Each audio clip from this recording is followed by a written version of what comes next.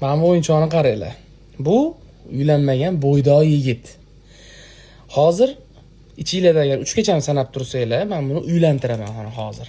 Xo'p, 1 2 3 oppa. Ana bu uylandi. Nima bo'ldi deb o'ylaysizlar? Ya, noto'g'ri tushunishgazgina shoshmay turinglar. Mana buni qaranglar. Mana bu uni birinchi oyog'i. Bu o'zini hali kichkinagina oilasiga mehr berishni boshladi. Endi bu uni ikkinchi oyog'i. Bu mana bundoq turishga haqsiz. Bu uni o'zini oilasi, hali bolaligidan o'sgan oilasi ani. U kerildi, balans saqlayman. Amami bo'lsa ro'zg'or. Ana uzilib ketdi. Ro'zg'orni qilaman deb bu naryoqda ishlab yursa, bu yerda oilasiga mehr bera olmaydi. Agar u oilasiga mehr beraman desa, mana bu yerda ro'zg'ori qolib ketadi.